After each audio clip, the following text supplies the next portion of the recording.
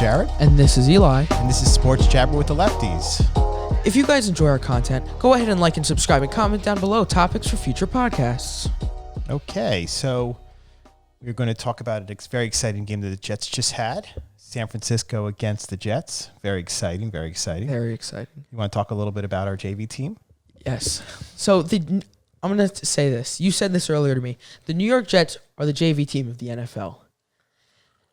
It was basically 31-6. The final score was 31-13. The last touchdown was in garbage time with prevent defense. The final score was basically 31-6.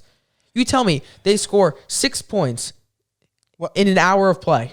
A field goal each half. That's what it was last year too, right? Last year was the same thing. It wasn't as bad though. I feel like they digressed. Well, all they do is screen passes and run plays. Yeah, they don't go for it. And even, I'll be honest, even when, I don't know if I've been watching this, maybe I'm just overlooking at it. Every time I see Darnold pass nowadays, it's a wobbly football. Do you not notice it just going all over the place? I was watching Nick Mullins because he played the second half. He looked better. Yeah, he looked much better. He had tight spirals, accurate passes. Yes. Yes. A backup quarterback. So we'll go through the game.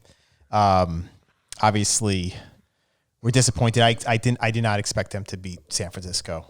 And the sad part is they only had Garoppolo for half the game. So we basically got, I don't know, Mullins. It was we didn't even have a quarter. It was basically, we couldn't even beat them. And we didn't even the backups score. though. They had backup wide receivers, backup tight ends, backup offensive linemen, backup corners, almost their entire defensive line was backups, and their linebackers. They actually scored 10 points on us with their backup quarterback. Let's think about that, right? And we scored 10 points, but really we had one play where we got the field goal, and then the last 2 minutes we got it. Darnold broke a play, got open, and made a pass. So we had two field goals. First of all, I think Darnold does best when he needs to get out of the pocket. He needs to move. I think that's when he does the best. When he sits there and sits in the pocket, he just doesn't look good. He keeps on searching. And I don't think the offensive line has been that bad, this season. I mean, listen, you cannot sit there and have a barbecue back there. You have 3 seconds. You got to get the ball out. And they're giving him enough time, but he just holds it. Then he either gets tackled, or to be fair, our receivers. How many receivers did we have? Two at the end of the game. Yeah, Rashad Perriman was out. Yeah, Jamison Crowder was out. We had, I'm pretty sure, it was Chris Hogan and Braxton Berrios at the end of the game. I mean, this is every play. So every play, it's either we're running the ball, like second and long, we're running the ball, or then it's like third and whatever, and we're doing a screen pass. I mean, that's all he does, the screen passes. And every once in a while, he'll go down the field, or he'll try to go down the field, and he'll look, and he'll look, and he'll look, and he'll look, and then he'll get tackled or pushed out or have a bad pass. I mean, he should commit to, if he sees his first read open, he should go for it. He doesn't. He just kind of looks at all his options instead of throwing to an open guy. Well, the good thing is for the Jets fans is we definitely have an offensive guru. General manager. General manager. Coach. Adam Gase. So he is, and apparently that's where the NFL is going. What did the owner said? He's a genius, right? Yeah, and that's where the NFL is going. Chris Johnson. Yes. I don't know. So many things I want to talk about. First of all, so the game was obviously pretty much what I thought. Pretty painful as a Jets fan. As I said, we're just going to go across the finish line, wait until the season is over. I kind of feel, I was talking to you about this a little bit, just a side note, I wonder if Joe Douglas is just wanting to bomb the season. I think he is.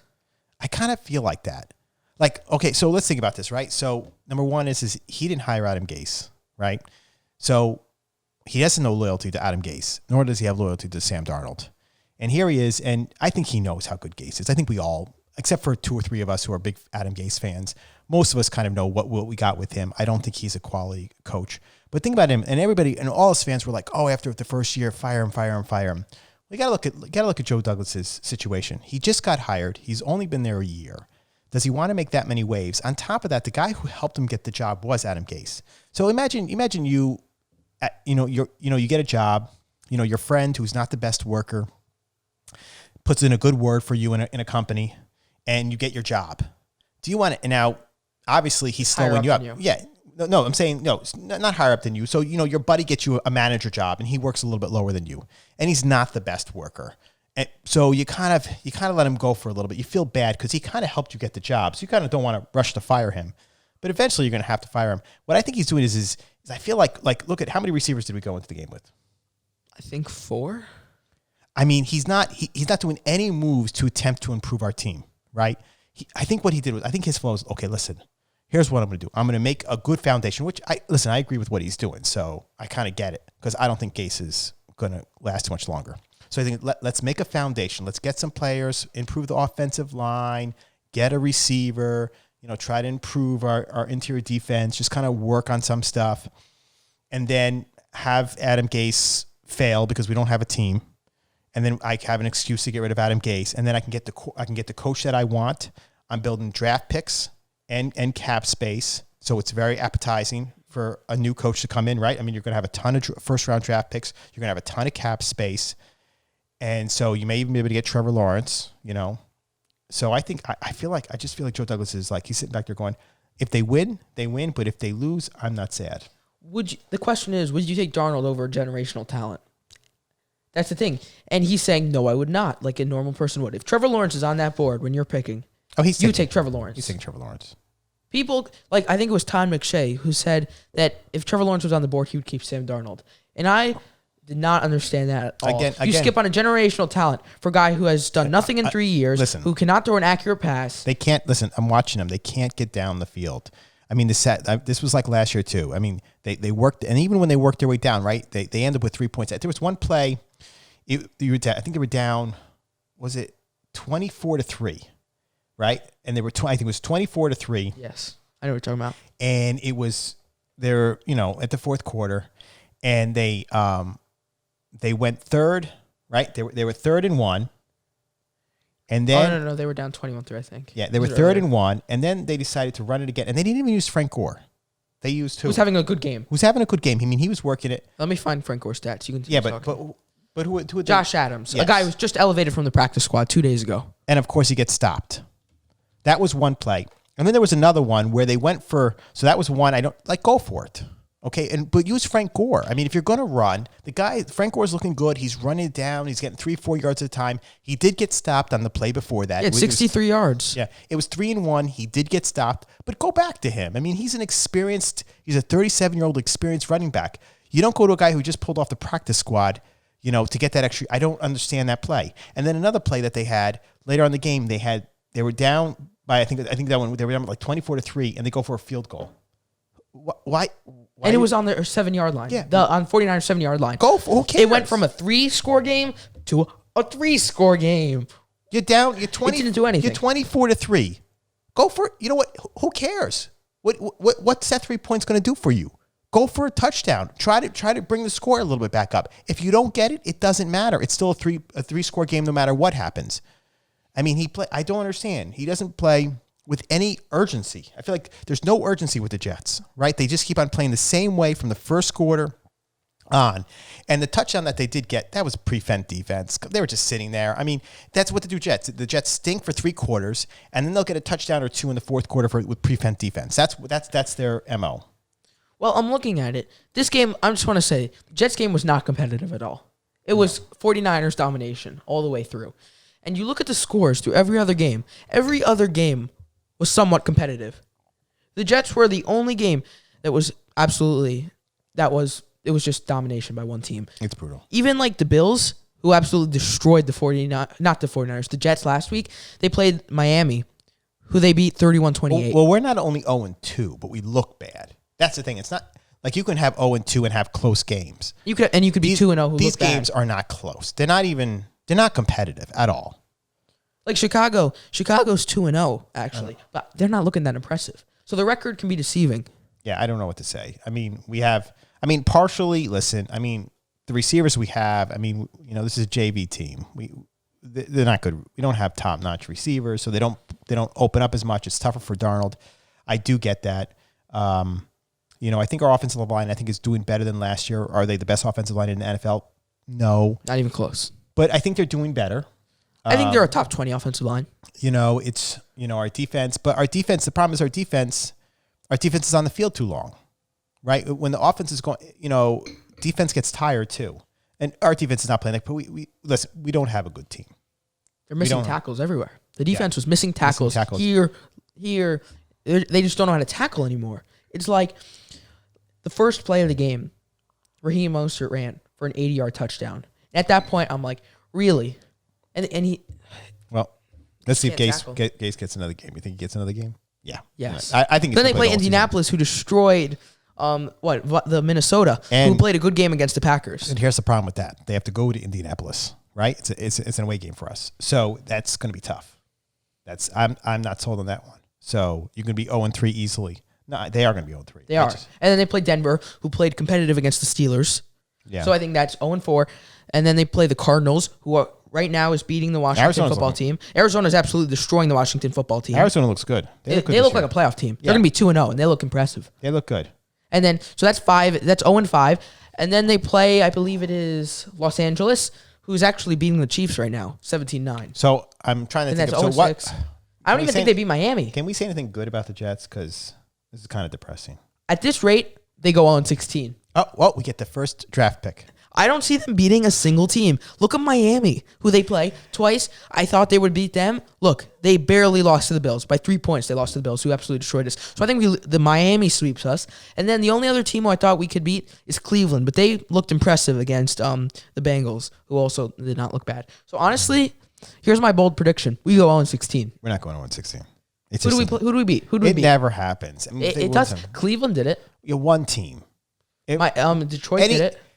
Any bad team's going to get a win. We'll probably, I figure we'll probably go 3 to 5 wins.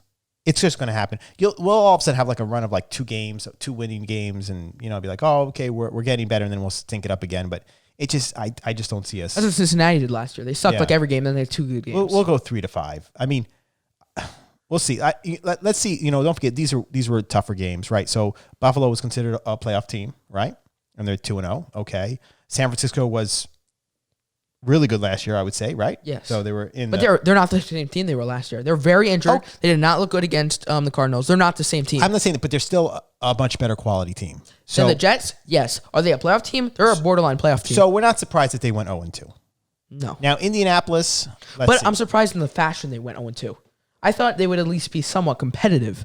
The fact that they weren't competitive. But that doesn't surprise me with Adam Gase. It just, they're literally going to be the worst offensive. And Chris Johnson, man, it's so hard to be a Jets fan with Chris Johnson. I can't wait till he goes. He's just, I don't mind. Here's my issue with that. And he gets all us fans very angry because I get that you don't want to, you need to support your coach. Your coach is your coach. I get, you can't say it, but don't say, don't say he's an offensive genius. And that he's where the NFL is going. You just sound stupid. I don't know what to say about that. Like, don't insult me. You can say, listen, we support him. He's our coach right now.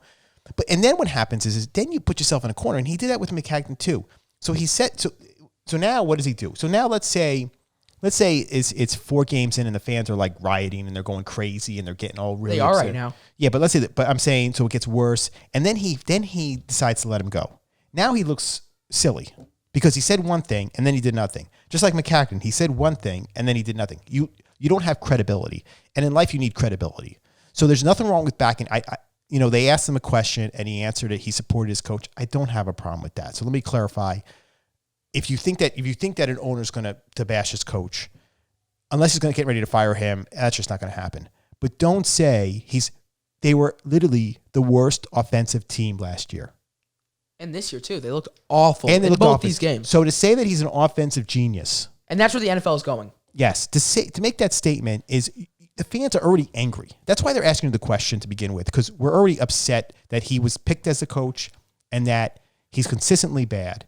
So don't say something silly like that. You're just getting these reactions that are just unnecessary. I don't know what else to say on this podcast because it's just. Well, he said. Oh, I like the Jets color. I like the green. Does that count for something? Well, they actually were all white. But they had the green. But I'm saying I like green. It's a good color. I want to say something good. Oh, I like the shiny helmets. Well, he said. I just want to say. What else can I say? Well, Chris Johnson said that's where the NFL is going. If that's where the NFL is going, I'm not watching anymore. He's such a. I don't know what to say about him. I'm trying to. You don't want to listen. We're Jets fans, I think we're just frustrated, and I think everybody here is just frustrated. we want to win. We haven't been in the playoffs in 10 years. 10 years. And it just, you want to feel that your team is going in the right direction. I think that's it. Like, even if your team goes 7-9, whatever, 8-8, you just want to feel like the trajectory is going in the right direction. And right now, our trajectory is going in the wrong direction. Actually, I disagree with that. I feel like our trajectory with Joe Douglas is actually up. Once we get rid of I think once we get rid of Gase, here's what I want to see too. Not only who do we choose as a coach? I have two candidates who I have in mind. Are you sure? Jim Harbaugh, right? Because I think Michigan's going to let him go. Yes. And I think we make a push for Lincoln Riley. Sure. I mean, I think every Jets fan would absolutely love that. Or Debo Swinney. I mean, or Debo Swinney, okay. I think his name is, from Clemson. I don't think either of them would come. Well, we have 2 first-round picks this year. We have 2 first-round picks next year. And then we have, I think, 2 third-round picks this year. Yeah. And we have a lot of early picks. Anyway, in the next 2 years. But we should thanks that we got ranked, right? Oh, yeah. So I want to thank, I think, FeedSpot for putting us in a Jets YouTube channel list.